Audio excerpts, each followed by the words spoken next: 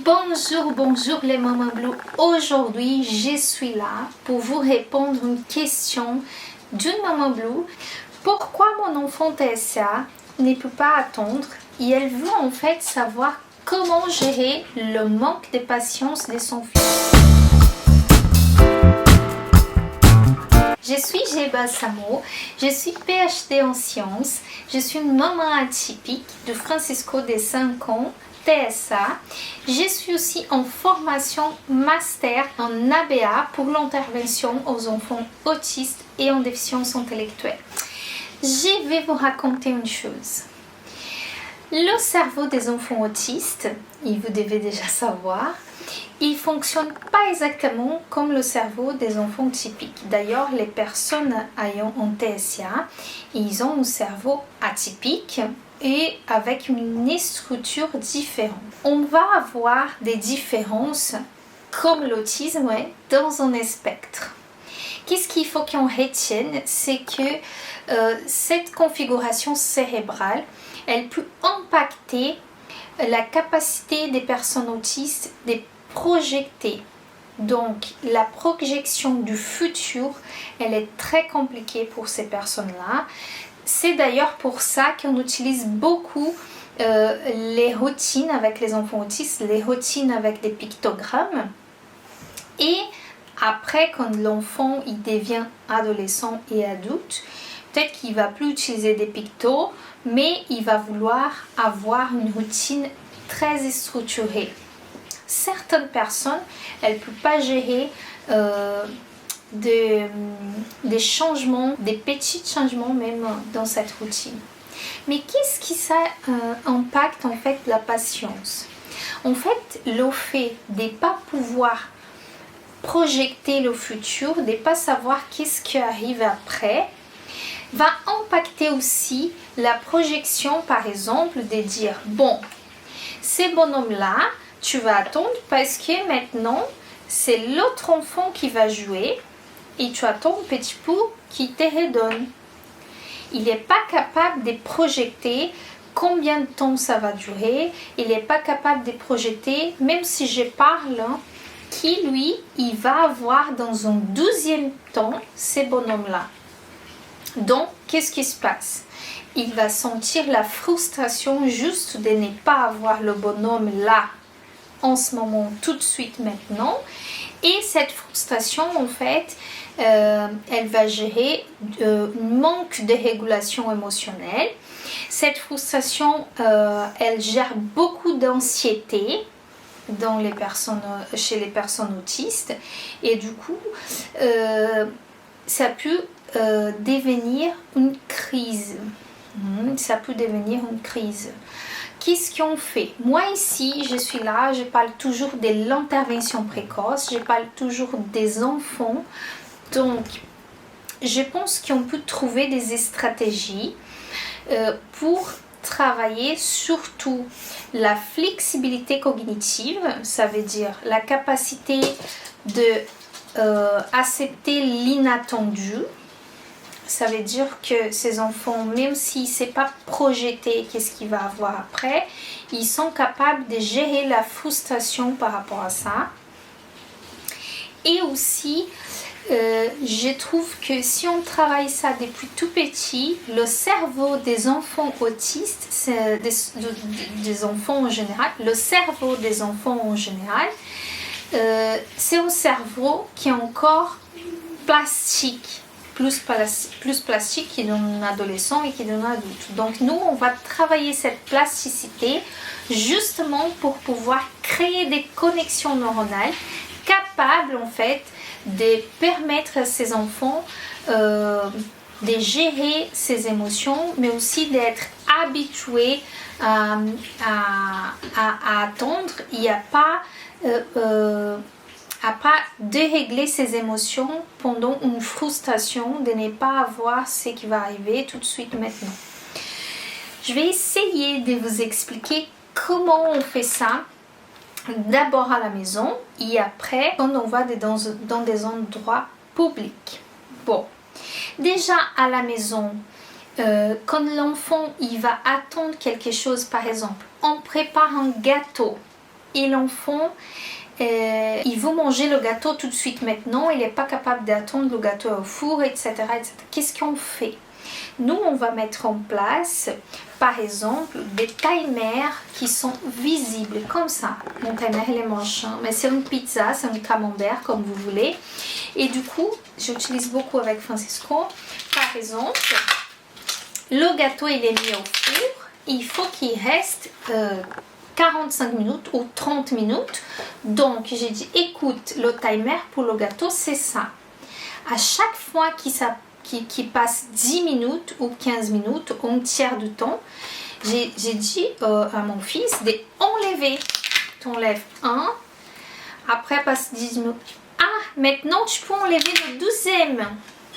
Et quand on va enlever après le gâteau du four, ça sera le 3e. Regarde maintenant, tu pourras avoir ton gâteau. Un exemple. Donc, on va travailler des petits trucs comme ça à la maison, que l'enfant il puisse comprendre en fait qu'est-ce que c'est le mot attendre. Pour l'apprentissage de la patience, on va jamais attendre que le problème arrive pour qu'on puisse aider l'enfant à gérer ça. Il faut toujours travailler à la maison. Il faut toujours présenter des solutions à la maison et du coup cet enfant il va être minimum préparé pour passer par des situations où il doit attendre. Par exemple, si je ne parle jamais de patience avec lui, si je ne les fais jamais attendre à la maison, quand cet enfant il est en file d'attente, par exemple au supermarché, il peut avoir une crise. Et je peux parler mon beau français avec mon fils, il ne va rien à faire parce que pendant que ses émotions ne sont pas réglées, il ne m'écoute pas, donc ce n'est pas la peine. Je ne vais pas attendre d'être dans un embouteillage dans ma voiture pour venir avec un discours en train de dire non mais il faut que tu attendes, il faut que tu sois patient, regarde il y a un timer ici, tu vas l'utiliser, ça ne marche pas. L'enfant TSA, il faut toujours de la répétition, il faut toujours les préparer avant. Une autre chose que je vais vous dire, c'est qu'à partir du moment où on apprend un enfant TSA à être plus flexible, il va réduire son anxiété d'attente. Pourquoi? Parce qu'on va dire, là, il faut que tu attendes parce que le monsieur de McDo, notre hamburger, il va prendre plus de temps, je sais pas, n'importe quoi.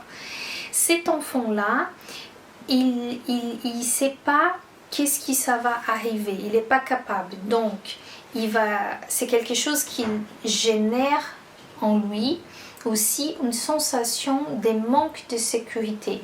Il ne se sent pas rassuré du tout.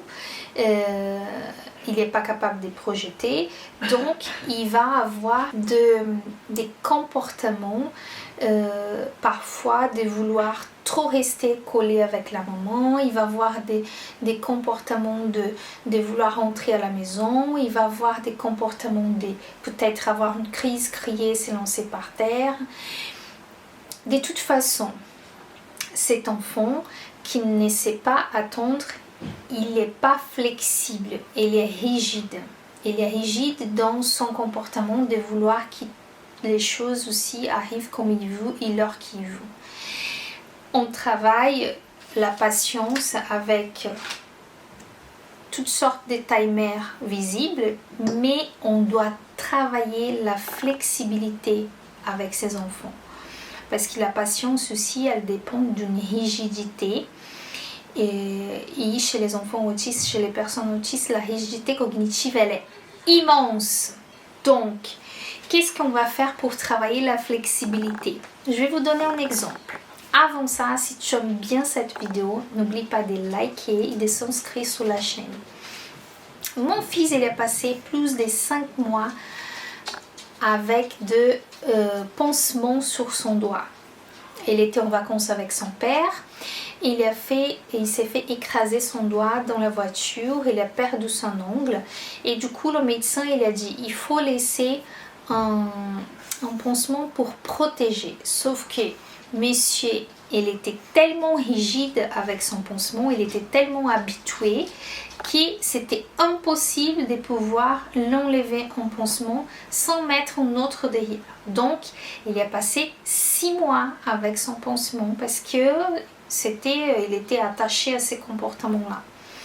Un jour, je me suis dit, bon, mais là, il faut qu'on enlève parce que le doigt, il était déjà endommagé à cause du pansement.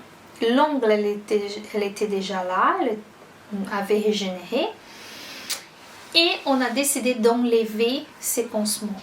Francisco, il y a une crise qui a duré entre 5 et 10 minutes. Il y a une crise impossible parce qu'il voulait absolument avoir son pansement.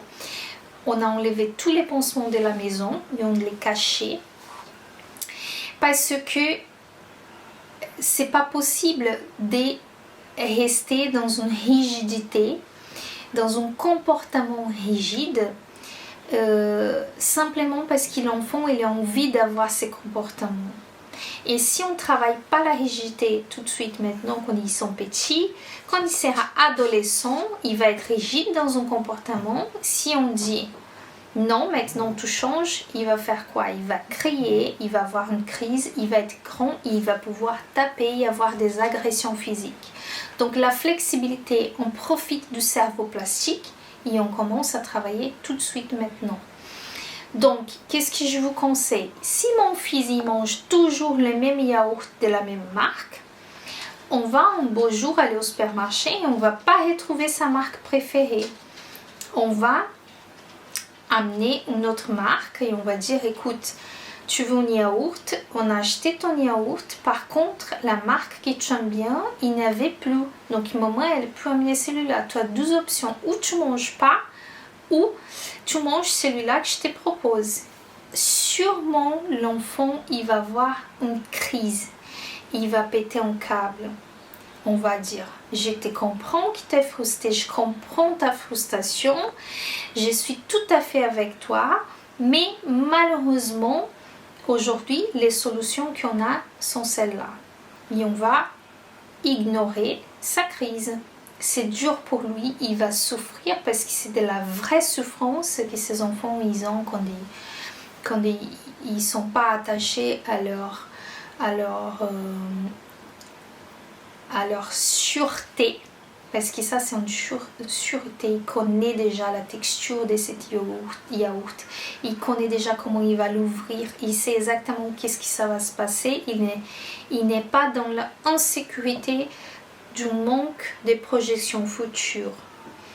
Donc nous, on va à chaque fois confronter l'enfant à cette flexibilité de dire non, ces yaourts-là, aussi il est sûr, il est sécure pour manger, la texture elle est aussi bonne, c'est pas grave si la marque est pas la même.